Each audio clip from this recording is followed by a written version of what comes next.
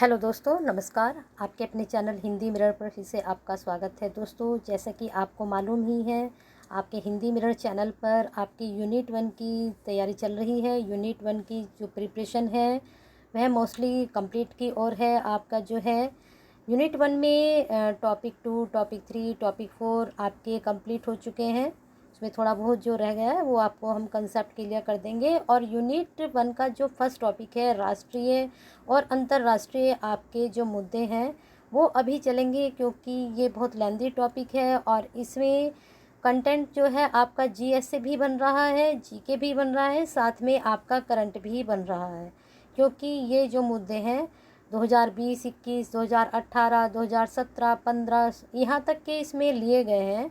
तो आप इस वीडियो को भी पूरी ज़रूर देखें, और जो वीडियो आपकी पहले बन चुकी हैं उनको भी आप पूरी ज़रूर देखें, क्योंकि यहाँ से आपके क्वेश्चंस 100% बनेंगे। और दोस्तों, वीडियो को पूरी ज़रूर देखा करें। आप शुरू में ही वीडियो देखकर छोड़ देते हैं, हो सकता है बाद में आपको उनमें ऐसी जानकारी मिले कि जो शायद आपकी नोटबुक में अभी तक नहीं पहुँची है, नोटबुक में अभी तक नोट डाउन नहीं हुई है। चलिए शुरू करते हैं आपका आज का कंटेंट। आपके फर्स्ट यूनिट का फर्स्ट टॉपिक, राष्ट्रीय और अंतर्राष्ट्रीय मुद्दे। चलिए देखते हैं। वर्ष 2019-20 अप्रैल-नवंबर की तुलना में 2020-21 अप्रैल-नवंबर की अवधि में भारत के साथ अनुकूल व्यापार संतुलन दर्शाने वाले शीर्ष 4 देश कौन कौन से हैं? यूएसए, बांग्लादेश, नेपाल और यूके। ठीक है, ये 2019-20 की तुलना में 2020-21 के बारे में बताया गया है। ठीक है,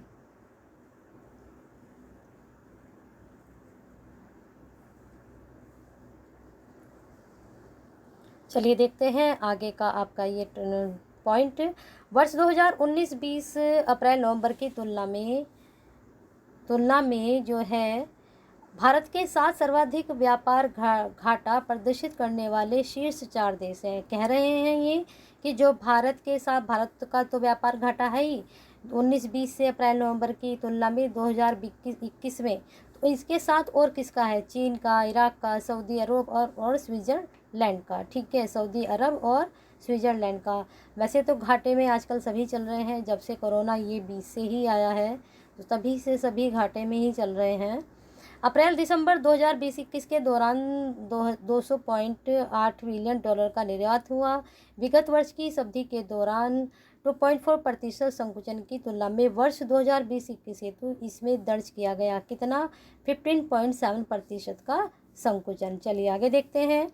भारतीय फार्मास्यूटिकल उद्योग मात्रा के संदर्भ में विश्व में चीन में इटली के बाद तीसरे स्थान पर, जबकि मूल्य के संदर्भ में वैश्विक स्तर पर यह है विश्व का 14वां सबसे बड़ा उद्योग। इसको आप नोट डाउन कर सकते हैं एग्जाम पॉइंट ऑफ व्यू की वजह से। भारत में विश्व फार्मा निर्यात में अपनी हिस्सेदारी वर्ष 2010 के 1.4% से बढ़ाकर 2019 10 वर्षों में कर लिया है कितना? 2.6%। ठीक है, इसको आप नोट डाउन कर सकते हैं। इस तरह के आपके क्वेश्चंस अर्थव्यवस्था जो आपका टॉपिक है वहाँ भी बन सकते हैं। चलिए आगे देखते हैं। ये जो मैं आपके मुद्दे करा रही हूँ, राष्ट्रीय अंतर्राष्ट्रीय, ये मुद्दे इतने इम्पोर्टेंट हैं, यहाँ से आपकी जो यूनिट्स हैं वहाँ भी क्वेश्चंस बनेंगे। ठीक है, जो आपकी अर्थव्यवस्था है वहाँ भी क्वेश्चन बनेंगे, जो आपका जीके का है थोड़ा बहुत पोर्शन वहाँ से बनेंगे। तो इन वीडियो को आप पूरी ज़रूर देखें। ये कम से कम मैंने आपकी 4-5 तो डाल चुकी हूँ, 1-2 और डालूँगी, तो यहाँ आपका सब कुछ ये कंप्लीट हो जाएगा। और बाकी जब तक आपका एग्ज़ाम आएगा 30 अक्टूबर तक, करंट आपको डेली देते ही रहेंगे। चलिए आगे देखते हैं। वर्ष 2019 में विश्व फार्मा निर्यात में हिस्सेदारी के संदर्भ में भारत 11वें स्थान पर है, जबकि शीर्ष 3 स्थानों पर काबिज देश हैं। कौन से? जर्मनी, स्विट्जरलैंड और यूएसए। अप्रैल-नवंबर 2020 की अवधि में भारत के लिए शीर्ष 5 निर्यात गंतव्य हैं। कौन से देशों को निर्यात करते हैं? यूएसए, चीन, यूएई, हांगकांग तथा सिंगापुर। अप्रैल-नवंबर 2020 की अवधि में भारत के लिए शीर्ष 5 आयात गंतव्य हैं। आयात निर्यात सभी पता है सभी को, एक्सपोर्ट इंपोर्ट, चीन, यूएसए, यूएई, हांगकांग तथा सऊदी अरब। चलिए आगे चलते हैं। भारतीय रिजर्व बैंक से भारत में लघु वित्तीय बैंक सीएफबी के रूप में बैंकिंग व्यापार के संचालन का लाइसेंस प्राप्त करने वाला भारत का प्रथम शहरी सहकारी बैंक यूसीबी 4 जनवरी 2021 को कौन सा है? Shivalik mercantile cooperative bank. इसको आप जरूर नोट डाउन करें, ये प्रश्न आपका बन सकता है। शिवालिक मर्केंटाइल कोऑपरेटिव बैंक द्वारा बैंकिंग परिचालन प्रारंभ किया गया अप्रैल 2021। ये यहाँ पर दे भी रखा था। शिवालिक मर्केंटाइल कोऑपरेटिव बैंक का मुख्यालय स्थित है कहाँ पर? सहारनपुर, उत्तर प्रदेश में। तो दोस्तों ये 3 पॉइंट्स आपके एक ही उससे टॉपिक से हैं, या कहना चाहिए पॉइंट से हैं। तो इन तीनों को आप रिलेटेड करके पढ़िए पॉइंट्स को, तो क्या है, तीनों ही आपको याद रहेंगे। चलिए आगे चलते हैं। 20 जनवरी 2021 को प्रधानमंत्री नरेंद्र मोदी की अध्यक्षता में केंद्रीय मंत्रिमंडल ने रातले पनबिजली परियोजना में इतने निवेश की स्वीकृति दी है। तो ये इतने करोड़ के उसने निवेश की स्वीकृति दी है। चलिए आगे चलते हैं। उद्योग संवर्धन एवं आंतरिक व्यापार विभाग द्वारा केंद्रीकृत क्षेत्रवार वेब गोष्ठियों की एक श्रृंखला उद्योग मंथन का आयोजन किया गया। कब किया गया? 4 जनवरी 2021 से 2 मार्च 2021 तक। ठीक है, इसको जरूर नोट डाउन करें, इस तरह के क्वेश्चंस बनेंगे आपके जरूर एग्जाम में। आगे देख लीजिए। उद्योग मंथन के आयोजन का उद्देश्य है, क्या है? भारतीय उद्योगों की उत्पादकता एवं गुणवत्ता को बढ़ाना। अब देख लीजिए ये भी इसी से रिलेटेड है, ये वाला जो आपका पॉइंट है, ये वाला पॉइंट इससे रिलेटेड है, तो दोनों को आप इनको रिलेटेड करके पढ़िए आपस में। भारत की विदेश व्यापार नीति FTA प्रतिपादित की जाती है 5 वर्षों के लिए, ये भी नोट डाउन करिए। विदेश व्यापार नीति 2015-20 प्रभावी हुई थी 1 अप्रैल 2015 से। कोविड-19 के कारण 1 वर्ष 31 मार्च 2021 तक का विस्तार दिया गया है। चलिए, भारत की नई विदेश व्यापार नीति 2021-26 लागू होगी कब? 1 अप्रैल 2021 को। ठीक है, ये हो चुकी होगी। NCABES इंडिया फोरम 2021 का आयोजन हुआ, कहाँ हुआ? 14, 21, 28 जनवरी 2021 को यहाँ पर होगा। कब हुआ? ठीक है, NCABES का इंडिया फोरम 2021 का आयोजन किया गया, कहाँ किया गया? सांख्यिकी और कार्यक्रम कार्यान्वयन मंत्रालय द्वारा। तो इन दोनों पॉइंट्स को आप रिलेटेड करके पढ़िए। चलिए आगे देखते हैं। यूरोपीय संघ द्वारा वित्त पोषित, इसका जो है यहाँ पर NCABES की यहाँ पर ये फुल फॉर्म है, इसको आप देख सकते हैं। परियोजना का कार्यान्वयन संयुक्त रूप से किया जा रहा है, किसके द्वारा? संयुक्त राष्ट्रीय सांख्यिकी प्रभाग UNSD द्वारा, UNEP तथा जैव विविधता पर अभिसमय CBD के सचिवालय द्वारा। तो इसको भी नोट डाउन करिए। इससे रिलेटेड यहाँ पर देखिए एक ही साथ ये 1, 2, 3, अब ये चौथी जानकारी आपको मिल रही है। NCABES परियोजना में भाग लेने वाले 5 देश हैं, भारत, ब्राज़ील, चीन, दक्षिण अफ्रीका तथा मैक्सिको। अब ये 5 आपको पॉइंट्स मिल गए, एक ही इससे संबंधित, ये वाला जो आपका टॉपिक है इससे संबंधित ही आपको कितने सारे मिल गए पॉइंट्स। इन 5 को आपस में रिलेटेड करके पढ़िए, तो NCABES आपको सारे पॉइंट्स याद रहेंगे। चलिए आगे देखते हैं। स्टार्टअप इंडिया पहल की 5वीं वर्षगांठ के उपलक्ष्य में 15-16 जनवरी को 2021 को आयोजन किया गया, किसका? प्रारंभ का। ठीक है, स्टार्टअप इंडिया अंतर्राष्ट्रीय सम्मेलन प्रारंभ। स्टार्टअप इंडिया अंतर्राष्ट्रीय सम्मेलन का आयोजन किया गया, कहाँ? उद्योग संवर्धन आंतरिक विभाग के द्वारा। किसके द्वारा किया गया? उद्योग संवर्धन आंतरिक व्यापार विभाग के द्वारा, DPIIT के द्वारा। जो 14 जनवरी 2021 को भारत के विज्ञान एवं प्रौद्योगिकी मंत्रालय द्वारा नई दिल्ली को राष्ट्र को समर्पित किया गया। क्या? नेशनल इनोवेशन पोर्टल NIP को। ये आप नोट डाउन कर सकते हैं एग्जाम पॉइंट ऑफ व्यू की वजह से। चलिए इसमें दोनों पॉइंट को आप रिलेटेड करिए, इनको पढ़िए। चलिए आगे चलते हैं। नेशनल इनोवेशन पोर्टल NIP को विकसित किया गया है नेशनल इनोवेशन फाउंडेशन, ये इसकी फुल फॉर्म बन गई यहाँ पर, NIF इंडिया द्वारा। यहाँ इसकी ये फुल फॉर्म है, ठीक है। और यहाँ पर है ये नेशनल इनोवेशन पोर्टल, यहाँ पर पोर्टल है और यहाँ पर फाउंडेशन है, बाकी दोनों सेम है, ठीक है। चलिए आगे चलते हैं। इसकी आप फुल फॉर्म भी याद कर सकते हैं। NIF इंडिया भारत सरकार के विज्ञान एवं प्रौद्योगिकी विभाग का एक स्वायत्त निकाय है। ये भी आपको पता चल गया। तीनों पॉइंट्स को रिलेटेड करिए और याद कीजिए। वह योजना जिसने 13 जनवरी 2021 को अपना सफलतापूर्वक संचालन के 5 वर्ष पूरे किए, प्रधानमंत्री फसल बीमा योजना PMFBY ने, ठीक है। इसको भी याद कर सकते हैं आप एग्जाम पॉइंट ऑफ व्यू से। PMFBY का शुभारंभ हुआ था, कब हुआ था? 13 जनवरी 2016 को। 13 जनवरी 2021 को व्यय विभाग वित्त मंत्रालय द्वारा निर्धारित वैश्विक सुगमता सुधार को सफलतापूर्वक संचालित करने वाला भारत का 8वां राज्य बन गया है। कौन? केरल। चलिए आगे चलते हैं। वैश्विक सुगमता सुधार को सफलतापूर्वक संचालित करने वाले भारत के अन्य 7 राज्य हैं। पहला जो आपका 8वां हो चुका है वह केरल है, लेकिन इसके अलावा 7 और कौन है, इनको नोट डाउन कर लीजिए। आंध्र प्रदेश, कर्नाटक, मध्य प्रदेश, उड़ीसा, राजस्थान, तमिलनाडु और तेलंगाना। फेसलेस कर आकलन पद्धति के तहत फेसलेस पेनाल्टी स्कीम प्रारंभ करने की अधिसूचना जारी की गई 13 जनवरी 2021। किसके द्वारा? आयकर विभाग द्वारा। अब है विनियमित एवं नियंत्रित वित्तीय क्षेत्र में डिजिटल ऋण संबंधी गतिविधियों के सभी पहलुओं के अध्ययन हेतु कार्य समूह का गठन किया गया है। भारतीय रिजर्व बैंक ने किया है। केंद्रीय प्रत्यक्ष कर बोर्ड CBDT द्वारा कर चोरी, विदेशी अघोषित परिसंपत्तियों, बेनामी संपत्तियों के बारे में शिकायत दर्ज करने के लिए शुभारंभ किया गया 12 जनवरी 2021। किसका? ई पोर्टल का। बहुत अच्छा है, इसको नोट डाउन कर सकते हैं। वर्ष 2020 की हुरुन ग्लोबल 500 सूची के अनुसार विश्व की सबसे मूल्यवान कंपनी 12 जनवरी 2021 एप्पल। ठीक है, $2.1 ट्रिलियन। कितना है इसका? $2.1 ट्रिलियन। तो ये भी आप नोट कर सकते हैं। वर्ष 2020 की हुरन ग्लोबल 2500 सूची के अनुसार भारत की सबसे मूल्यवान कंपनी कौन सी है? रिलायंस इंडस्ट्री। इसने $1 बिलियन है, समग्र रूप से 54वें स्थान पर है। हुरून ग्लोबल 500 सूची में शामिल भारतीय कंपनियां कितनी हैं? 11 कंपनियां हैं। ये तीनों ही पॉइंट आपके एग्जाम पॉइंट ऑफ व्यू से बहुत इंपॉर्टेंट है, इनको जरूर नोट डाउन करें। भारत में कोयले की खान का आरंभ करने के अनुमोदन प्रदान करने की प्रक्रिया को सुगम बनाने के उद्देश्य से कोयला मंत्रालय द्वारा लॉन्च वेब पोर्टल है, सिंगल विंडो क्लियरेंस पोर्टल। चलिए आगे देखते हैं। भारतीय रिजर्व बैंक ने जिस बैंक के लाइसेंस को निरस्त कर दिया है वह है बसंत दादा नगरी सहकारी बैंक, उस्मानाबाद, महाराष्ट्र में। महिला उद्यमियों के लिए फ्लिपकार्ट और नीति आयोग द्वारा लॉन्च किया गया है क्या? विमेन इंटरप्रेन्योरशिप प्लेटफॉर्म, WEP, ये इसकी फुल फॉर्म है। ठीक है, इसको देख लीजिए, फुल फॉर्म भी याद करना जरूर। ठीक है, फुल फॉर्म भी आ जाती है कभी कभी।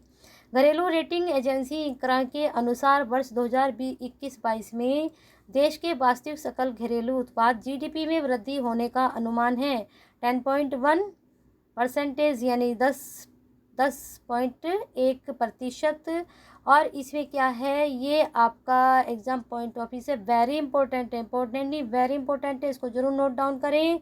11 जनवरी 2021 को भारतीय रिजर्व बैंक RBI ने जारी किया क्या? वित्तीय स्थिरता रिपोर्ट का 22वां अंक। अमेरिका की विद्युत वाहन निर्माता कंपनी टेस्ला की भारत यानी कि बेंगलुरु में पंजीकृत इकाई Tesla Motors India and energy private limited. ठीक है, ये इसकी इकाई है।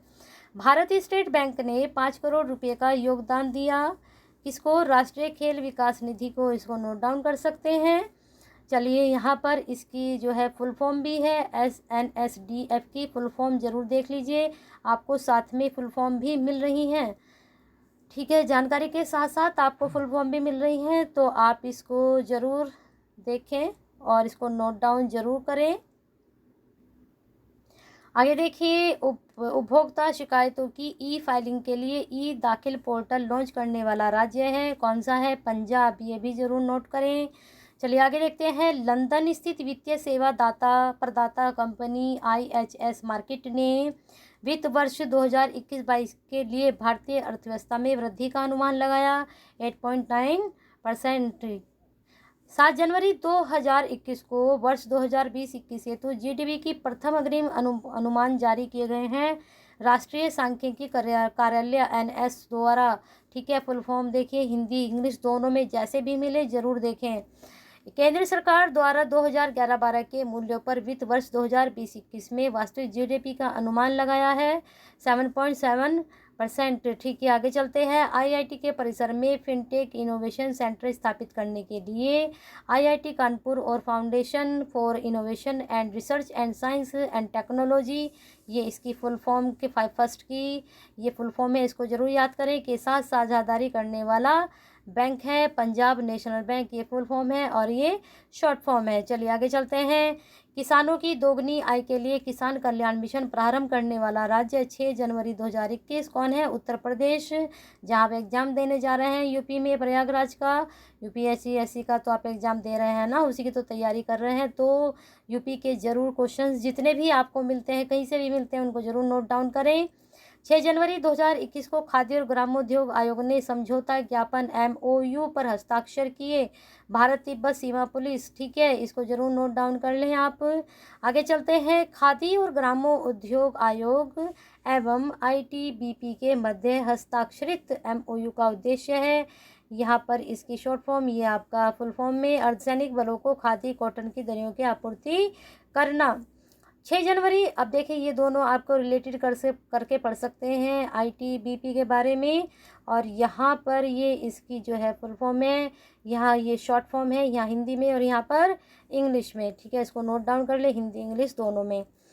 आगे देखते हैं। 6 जनवरी 2021 को भारत को 7वीं व्यापार नीति की समीक्षा शुरू की गई विश्व व्यापार संगठन द्वारा जेनेवा स्विट्जरलैंड में। विश्व व्यापार संगठन द्वारा 2021 के पूर्व भारत की व्यापार नीति की समीक्षा की गई वर्ष 2015 में, ठीक है, ये दोनों आप रिलेटेड करके पढ़िए पॉइंट। हेनेले एंड पार्टनर्स द्वारा जारी वैश्विक पासपोर्ट सूचकांक 2021 में पहले स्थान पर कौन? जापान, ठीक है। इस तरह के पहले स्थान पर कौन है, द्वितीय स्थान पर कौन है और तृतीय स्थान पर कौन है, ये इस तरह के प्रश्न भी आप हमेशा देखा करें, और अपने भारत का स्थान तो आपको देखना ही है। हैनेले एंड पार्टनर्स द्वारा जारी वैश्विक पासपोर्ट सूचकांक 2021 में द्वितीय स्थान किसको मिला है? सिंगापुर को। मैंने कहा था प्रथम स्थान, द्वितीय स्थान जरूर देखें। अब देखिए भारत का स्थान आ चुका है, तो इस तरह के तीनों प्रश्न जो बनते हैं उनको जरूर देखें, कहीं भी किसी भी उस क्षेत्र में बनता है प्रथम, द्वितीय और भारत। हैनेले एंड पार्टनर्स द्वारा जारी वैश्विक पासपोर्ट सूचकांक 2021 में भारत का स्थान कौन सा है? 85वां। 58 गंतव्यों में वीजा मुक्त प्रवेश, ठीक है। केंद्रीकृत भुगतान प्रणाली में अधिक मूल्य के लेन देन हेतु कानूनी इकाई पहचानकर्ता प्रणाली की शुरुआत की गई, किसके द्वारा? रिजर्व बैंक ऑफ इंडिया के द्वारा। इस तरह का भी प्रश्न आपका बन सकता है। भुगतान अवसंरचना विकास कोष PIDF, यहाँ पर हिंदी में, यहाँ पर इंग्लिश में फुल फॉर्म, योजना का संचालन प्रारंभ होने की घोषणा की गई, किसके द्वारा? भारतीय रिजर्व बैंक के द्वारा। दोस्तों कितनी अच्छे, मैंने आपसे कहा था कि वीडियो बहुत अच्छी जाने वाली है आपके लिए, आज पूरी वीडियो ज़रूर देखें। आपको फुल फॉर्म भी मिल रही हैं, इनको फुल फॉर्म को आप ज़रूर देखें, ठीक है। चलिए आगे देखते हैं।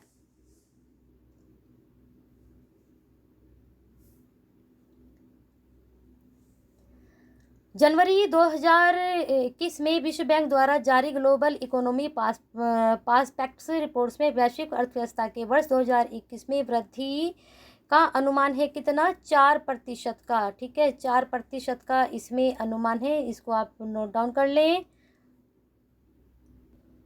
चलिए अगला पॉइंट देखते हैं। ग्लोबल इकोनॉमी प्रोस्पेक्टस रिपोर्ट 2021 में वर्ष 2021 में भारतीय अर्थव्यवस्था में गिरावट का अनुमान किया गया, कितना? 9.6% का। चलिए आगे देखते हैं। ग्लोबल इकोनॉमी प्रोस्पेक्टस रिपोर्ट के अनुसार वर्ष 2021 में भारतीय अर्थव्यवस्था में वृद्धि अनुमानित है 5.4% की। तो दोस्तों ये दोनों ग्लोबल इकोनॉमी वाले जो हैं आपके, इन दोनों पॉइंट्स को जो है रिलेटेड करके पढ़िए। चलिए आगे चलते हैं। भारत सरकार से पेंशन प्राप्त करने वाले पेंशनरों को पेंशन से जुड़ी जानकारी प्रदान करने के लिए मणिपुर राज्य द्वारा लॉन्च किया गया ऐप है, कौन सा है? ये है M पेंशन मणिपुर ऐप, इसको नोट डाउन कर सकते हैं आप। वह शहर जिसकी अंतर्देशीय जल परिवहन अवसंरचना में सुधार के लिए भारत सरकार द्वारा पश्चिम बंगाल सरकार तथा विश्व बैंक के मध्य 105 मिलियन डॉलर की परियोजना पर हस्ताक्षर किए गए, कौन सा है वह? कोलकाता, पश्चिमी बंगाल, इसको नोट डाउन कर सकते हैं आप। चलिए आगे देखते हैं। Front business development portal launch करने वाला मंत्रालय है, कौन सा मंत्रालय है? जैसे बताना है आपको, रेल मंत्रालय। फ्रंट बिजनेस डेवलपमेंट पोर्टल जरूर नोट डाउन करें एग्जाम पॉइंट ऑफ व्यू से। ट्राईफेड और अखिल भारतीय वनवासी कल्याण आश्रम के मध्य इस राज्य में ट्राई फूड पार्क की स्थापना हुई। स्थापना हेतु समझौता ज्ञापन हस्ताक्षरित हुआ।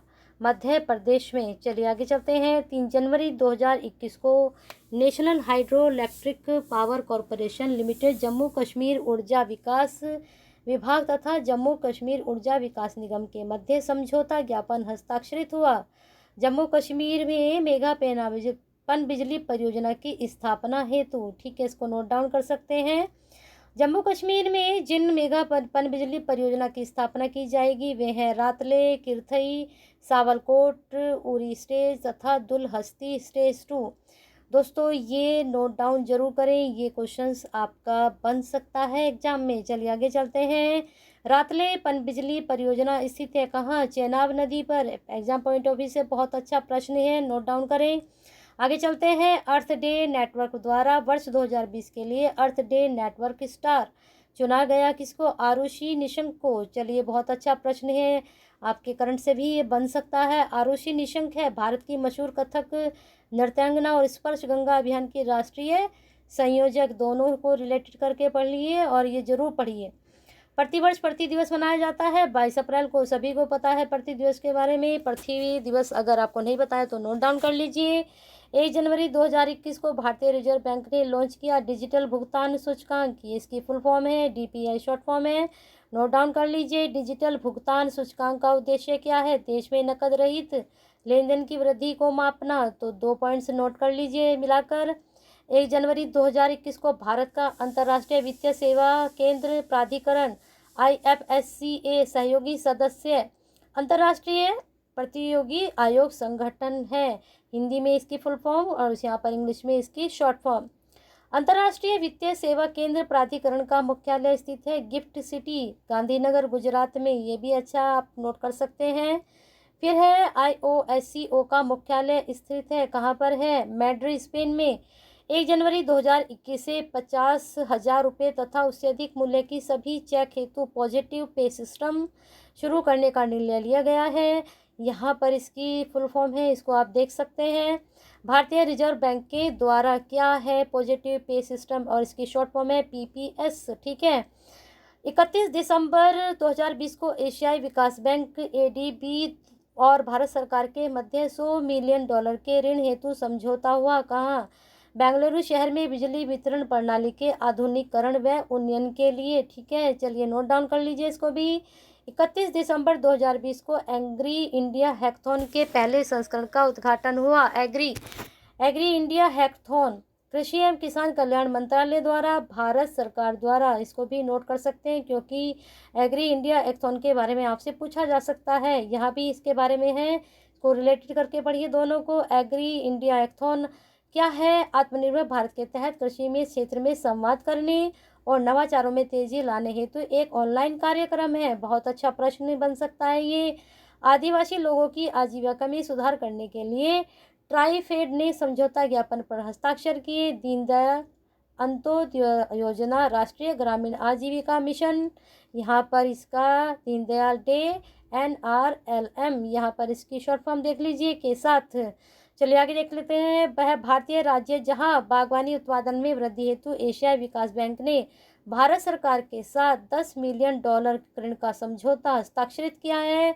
हिमाचल प्रदेश, ये जरूर नोट डाउन करें। आगे देख लीजिए। केंद्रीय मंत्रिमंडल द्वारा औद्योगिक गलियारा नोड्स के निर्माण को मंजूरी प्रदान की गई। कृष्णापट्टनम औद्योगिक क्षेत्र आंध्र प्रदेश एवं तुमकुर उद्योग क्षेत्र जो कि कर्नाटक में है। आगे चलते हैं। 29 दिसंबर 2020 में देश की बैंकिंग व्यवस्था पर वार्षिक report trend and progress of banking in India जारी की गई भारतीय रिजर्व बैंक RBI के द्वारा।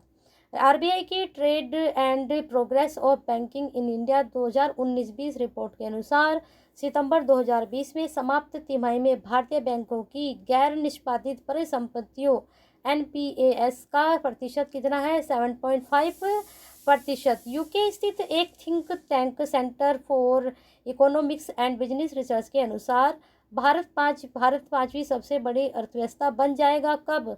वर्ष 2025 तक, ठीक है। बहुत अच्छी रिपोर्ट दी इन्होंने।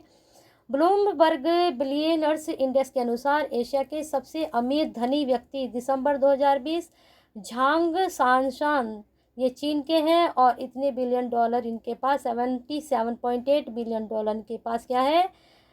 संपत्ति है, इसलिए इतने अमीर हैं ये। मुकेश अंबानी कुल संपत्ति $76.9 बिलियन को पीछे छोड़कर एशिया के सबसे धनी व्यक्ति बनने वाले झांग शानसान जिन दो कंपनियों के चेयरमैन हैं उनका नाम है नोंगफू स्प्रिंग व बोतल बंद जल निर्माता कंपनी के एवं Beijing Wantai biological pharmacy enterprises vaccine निर्माता कंपनी, इसके वो मालिक हैं। 25 दिसंबर 2020 को प्रधानमंत्री किसान सम्मान निधि योजना के तहत वित्तीय लाभ की 7वीं किस्त जारी करने के माध्यम से देश के 9 करोड़ से ज़्यादा किसानों के खाते में जमा किए गए, इसको जरूर नोट डाउन कर सकते हैं, 18,000 करोड़ रुपये। ठीक है। खादी एवं ग्रामोद्योग आयोग द्वारा मोनपा हस्त निर्मित कागज निर्माण इकाई शुरू की गई तवांग अरुणाचल प्रदेश में। दोस्तों, इस तरह के जो शुरू किए गए, प्रथम कौन है, द्वितीय कौन है, इस तरह के प्रश्न हमेशा ही बनते हैं। आवासन एवं शहरी मामलों के मंत्रालय द्वारा एक नया मोबाइल ऐप और पे पोर्टल शुरू किया गया है, ई संपदा। ये तो जरूर नोट डाउन कर लीजिए आप। 24 दिसंबर 2020 को भारतीय रिजर्व बैंक के द्वारा इस बैंक का लाइसेंस रद्द किया गया। Subhadra local area bank, Kolhapur, Maharashtra. भूतपूर्व प्रधानमंत्री चौधरी चरण सिंह की जयंती के उपलक्ष्य में प्रतिवर्ष राष्ट्रीय किसान दिवस मनाया जाता है, ये तो मोस्टली सभी को पता होगा। 23 दिसंबर 2020 को प्रधानमंत्री नरेंद्र मोदी की अध्यक्षता में हुई आर्थिक मामलों की मंत्रिमंडलीय समिति द्वारा अनुसूचित जाति के छात्रों के लिए क्या शुरू किया गया है, जाति के छात्रों के लिए मैट्रिकोत्तर छात्रवृत्ति योजना हेतु अनुमोदित केंद्रीय सहायता राशि कितनी, 6,000 करोड़ रुपए वार्षिक। ठीक है। और ये अवधि कब रहेगी, 2020-21 से 2025 अवधि के दौरान। अनुसूचित जाति के छात्रों के लिए मैट्रिकोत्तर छात्रवृत्ति योजना है, केंद्र प्रायोजित योजना केंद्र से जारी हुई है। PMSSC योजना में केंद्र और राज्य की हिस्सेदारी कितनी है, केंद्र की कितनी है 60 और इसकी कितनी है राज्य की 40। ठीक है। तो इनका अनुपात 60 और 40 का है। PMSSC योजना के अंतर्गत अगले 5 वर्षों में कुल खर्च किया जाएगा 59,0848 करोड़ रुपये। ठीक है। PMSSC योजना का उद्देश्य क्या है, अनुसूचित जाति के 10वीं पास छात्रों को आगे की उच्चतर शिक्षा जारी रखने हेतु आर्थिक मदद करना। ये सारे पॉइंट यहाँ से जो शुरू हुए हैं आपके, कहाँ से, हाँ यहाँ से जो शुरू हुए हैं, इनको यहाँ तक आप ज़रूर नोट डाउन करें, क्योंकि ये जितने भी पॉइंट हैं आपके PMSSC योजना से रिलेटेड हैं सारे, तो इनको रिलेटेड करके पढ़ लीजिए। अब आगे चलते हैं। 22 दिसंबर 2020 को इनफिट इंडिया नाम से एक नया ऑनलाइन प्लेटफॉर्म लॉन्च किया गया। ICICI बैंक के द्वारा इनफिनिट इंडिया प्लेटफॉर्म को लॉन्च किया गया। भारत में अपने व्यापार के विस्तार के इच्छुक विदेशी संस्थाओं को वन स्टॉप समाधान प्रदान करने के लिए। चले आगे चलते हैं। 22 दिसंबर 2020 को नेशनल स्टार्टअप अवार्ड्स का दूसरा संस्करण को लॉन्च करने की घोषणा की। किसने, उद्योग संवर्धन आंतरिक व्यापार विभाग DPIIT ने। यहाँ पर इसकी शॉर्ट फॉर्म और हिंदी में फुल फॉर्म पढ़ लीजिए इसको। UNDP इंडिया के सहयोग से भारत का पहला सोशल इम्पैक्ट बॉन्ड जारी किया जाएगा।